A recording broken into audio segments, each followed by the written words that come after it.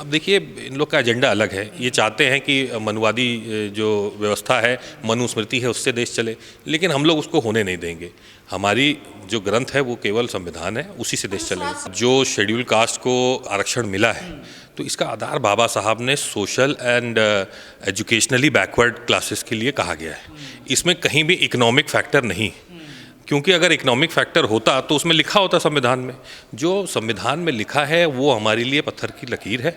Economic आधार पर आप भेदभाव नहीं कर सकते, सोशली और इकोनॉमिक बेसिस होना चाहिए उसका। तो क्रीमी लेयर के तो मैं बिल्कुल उसके खिलाफ हूँ। जो दूसरा सवाल था आपका, उसमें रिजर्वेशन एंड प्रमोशन, तो वो बहुत महत्वपूर्ण है। भाई आवाज़ क्यों उठ रही है? क्योंकि देखा जा रहा है कि प्रमोशन में दिक्कतें आ रही हैं, ज़बरदस्ती जात के आधार पर देख करके, और लोगों को रोका जा रहा है, प्रमोट नहीं किया जा रहा है। कितने सारे लोग हैं जिनके प्रमोशन 8-8, 10-10 साल से रुके हुए हैं।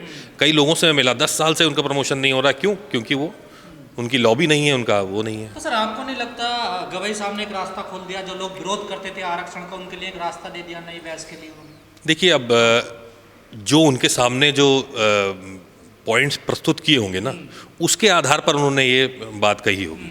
जो पक्ष रखने वाले लोग हैं उनको मजबूती से पक्ष रखना पड़ेगा, क्योंकि देखिए, जो जज साहब होते हैं, उनके सामने जो डेटा उनके पास होता है, जो फाइल उनके पास होती है, जो पॉइंट्स उनको दिए जाते हैं, उसी के आधार पर वो कर सकते हैं। मेरे बेटे को आरक्षण की जरूरत नहीं है ना, देखिए। नहीं तो उनके नहीं है ना, वो तो उनका उदाहरण ठीक है। उन्होंने कह दिया तो ना लें आरक्षण। वो नहीं, वो अगर आरक्षण उनके बेटे को नहीं चाहिए तो वो स्वयं ना लें, जनरल ने भरवाएं। पर सामाजिक आधार पर तो अभी भी नीचे ही है ना।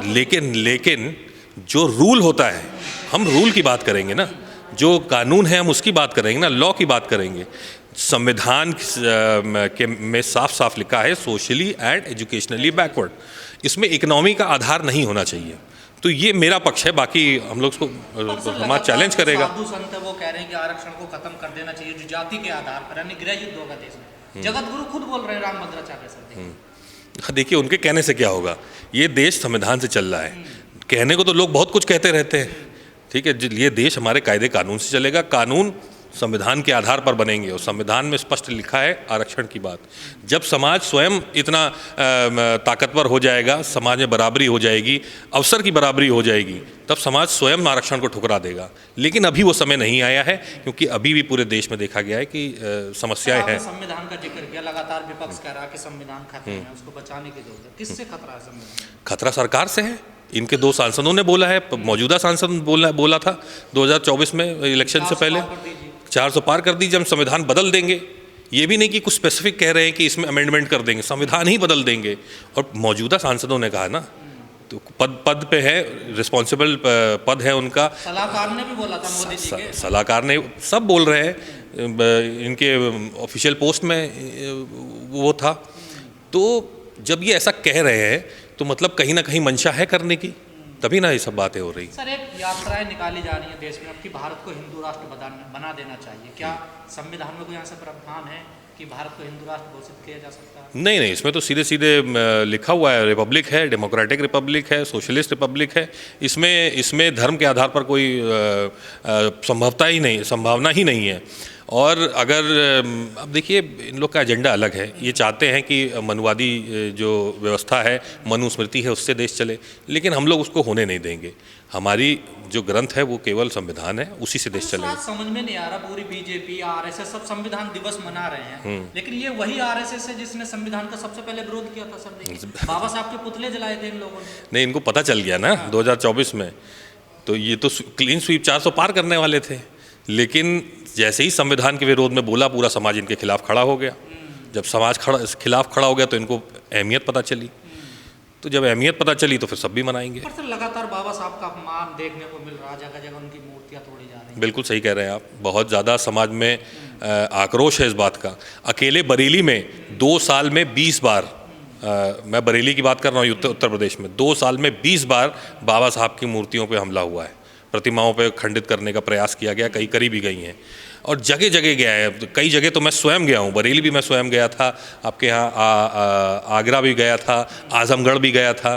तो ये सब देखने को मिल रहा है कि एक कोई जैसे कि एजेंडा बाबा साहब और संविधान के खिलाफ निकाल रखा है। तो इसके खिलाफ हम लोग हमेशा रहेंगे, इसको होने नहीं सर देंगे। आप जिस प्रोग्राम में थे ये भी एक संविधान दिवस के रूप में मनाया जा रहा, संविधान बचाने के लिए जिसमें यात्रा निकाली गई इंडिया गेट से, लेकिन तमाम लोग मंच पे वो भी थे जिन लोगों पे आरोप लगता है कि संविधान ये लोग इनकी पार्टियां खत्म कर रही है। नहीं, देखिए ऐसी बात नहीं है। संविधान जो है वो सबको अपने विचार व्यक्त करने की आज़ादी देता है, चाहे वो किसी पार्टी का आदमी हो, चाहे वो किसी वर्ग का आदमी हो, समाज का आदमी हो, जो भी उसके विचार हैं आप पब्लिक में बोल सकते हैं। तो यही तो संविधान की खूबसूरती है, पक्ष विपक्ष दोनों को बराबर का मौका है बोलने का। तो आप आइए, बात रखिए अपनी, लोगों को अच्छी लगेगी तो आप लोग आपके साथ, आपके विचारों के साथ रहेंगे, नहीं लगेगी तो लोग आपको सर जिस दिशा में ये चर्चाएं बातें हो रही, क्या लग रहा है देश में एक नफरत की एक बड़ी खाई पैदा की जा रही है, किस दिशा में लिया जा रहा है? बिल्कुल बिल्कुल बिल्कुल नफरत पैदा की जा रही है, ना कि बस धर्म के आधार पर बल्कि जात के आधार पर भी जो है। देखिए राजनीति में इस सब का इन्वॉल्वमेंट नहीं होना चाहिए, धर्म और जात का नहीं होना चाहिए।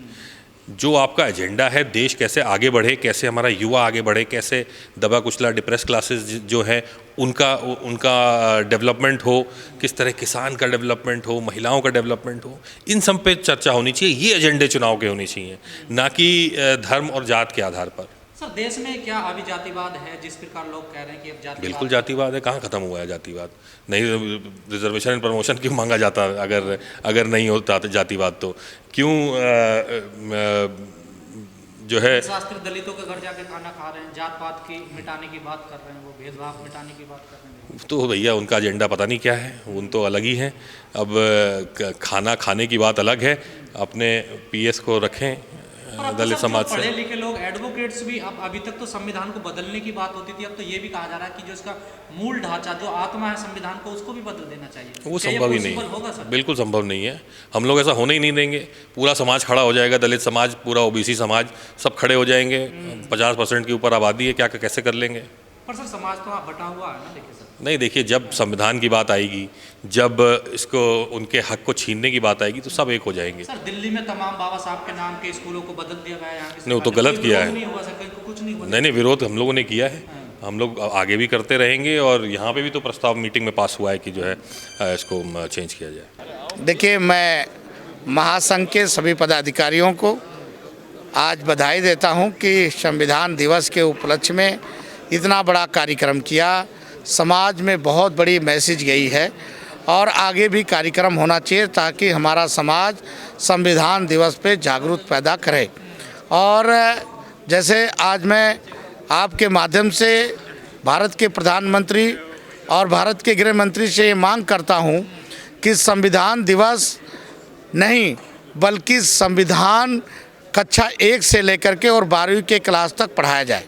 पर मोदी जी के कुछ समर्थक तो संविधान बदलने की बात करते हैं। देखिए अब ये जो चीज़ें, जो बातें आप कह रहे हैं, ये लोग जो है जिस तरह से लोग गलत फहमी उठा रहे हैं, ये तो कभी हो ही नहीं सकता। प्रधानमंत्री मोदी जी 2015 से और संविधान चालू किया।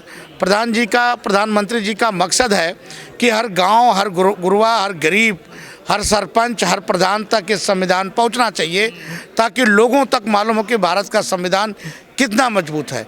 मैं आपके मीडिया के माध्यम से बताना चाहता हूं कि जो लोग कहते हैं संविधान खत्म हो जाएगा या संविधान खतरे में है, आपको मैं विश्वास दिला देना चाहता हूं कि जब तक इस देश का प्रधानमंत्री नरेंद्र मोदी है, संविधान पर कोई उंगली नहीं उठा सकता है। हिंदू राष्ट्र बनाने की बात हो रही है। देखिए, हिंदू राष्ट्र मोदी जी नहीं बना रहे हैं।